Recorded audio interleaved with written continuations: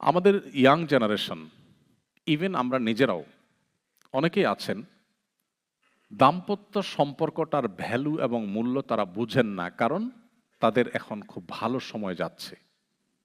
আমার যে বোন তথাকথিত স্বাধীনতা এবং ফ্রিডম ভোগ করবার জন্য বাসা ছেড়ে চলে যাচ্ছেন কিংবা স্বামীর সাথে সম্পর্কটা নষ্ট করছেন, অথবা আমার যে ভাই হারামের কোনো হাতছানি থাকবার কারণে ঠুনকো অজুহাতে স্ত্রীর সাথে সম্পর্কটা নষ্ট করছেন, আমি আপনাকে নিশ্চিত করে বলতে পারি একটা সময় আসবে যখন আপনি হাড়ে হাড়ে টের পাবেন আপনার জীবনের এই রং ডিসিশনের কথা, কিন্তু তখন আপনি আর ব্যাক করতে পারবেন না।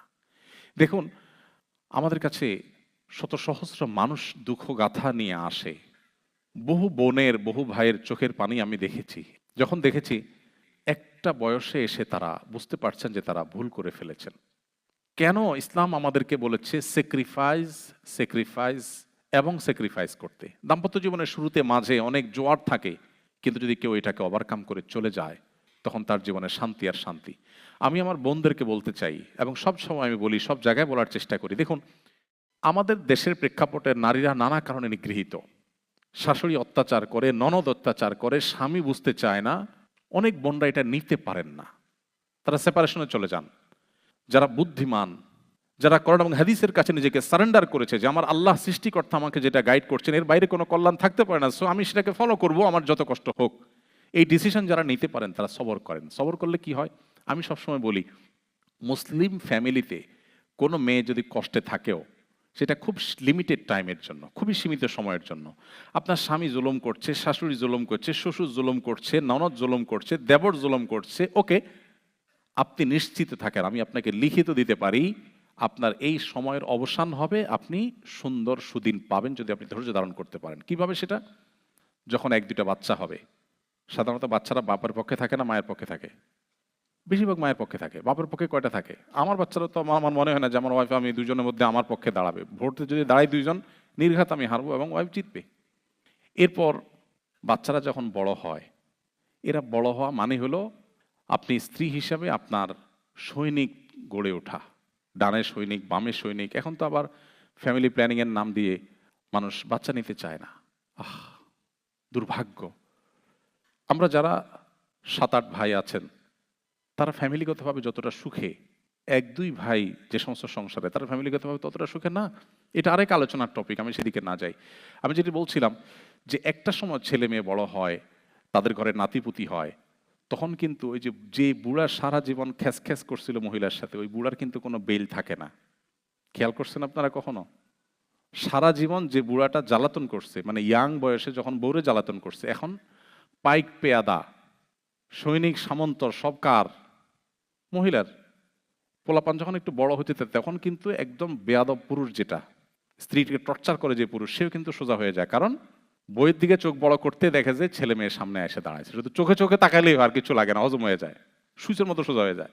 আর এগুলো যখন আর বড় হয়, এদের আবার যখন বাচ্চা কাচ্চা, তখন বুড়ির রাজত্ব আর রাজত্ব, তখন বুড়ির এমন রাজত্ব জমে যে বুড়া বেচারা বাসায় জায়গা পায় না, মসজিদে যায় বসে। মসজিদে মুয়াজ্জিন সাহেব বলে, চাচা বাসায় যাবেন না, দরজা আটকাবো। বলে, তোমরাও যে কি হয়েছে আজকাল, তাড়াতাড়ি মসজিদ বন্ধ করার জন্য পাগল হয়ে গেছো, ইবাদত করতে দাও না। আসলে তো বুড়ার বাসা জায়গা নাই, কারণ ওখানে নাতিপুতি যা আছে সব বুড়ির। তো এই জন্য দাম্পত্য জীবনে যত কষ্ট হয়, ধৈর্য ধারণ করে যদি সম্পর্কটাকে টিকিয়ে রাখা যায়, তার সুফল মানুষ পায়। কিন্তু শয়তান আমাদেরকে উস্কে দেয়। আমি একটা কথা প্রায় সময় বলি, সাক্ষাৎ শয়তান কেউ দেখছেন আপনারা? শয়তানটা দেখার সুযোগ হয়েছে কারোর? হয় নাই? ওকে, লেটস গো, আমরা দেখি, শয়তান দেখার চেষ্টা করি। সাক্ষাৎ শয়তান দেখতে হলে, আপনি একজন নারী, আপনাকে যদি কোনো পুরুষ বলে, আপা আপনার মতো রাজকন্যা, এই লোকটা আপনার কদর করতে পারলো না, সো স্যাড, তাহলে আপনি তখন আলহামদুলিল্লাহ বলে শয়তান দেখার নিয়ত করে তাকে একবার দেখে নেবেন, যে আমার দাম্পত্য সম্পর্কে ধ্বংস করার জন্য যে আমাকে একটা ফুসলানি দিল, এগুলো সাক্ষাৎ ইবলিস, মানুষরূপী ইবলিস, শয়তান। ফার্ম দেওয়া, রাইট, সঠিক বলেছেন।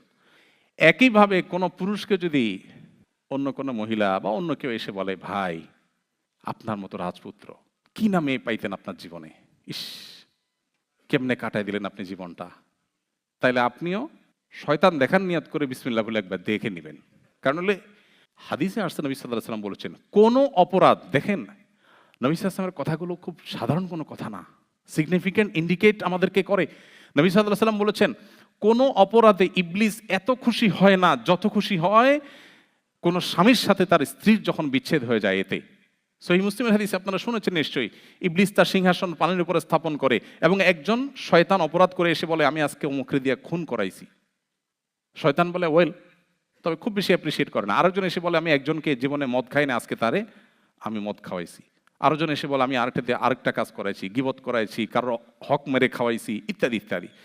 একজন এসে যখন বলে, আমি একটা দাম্পত্য সম্পর্ককে ভেঙে দিয়েছি আজ, শয়তান তখন বলে, তুমি সবচেয়ে বড় কাজ করেছো।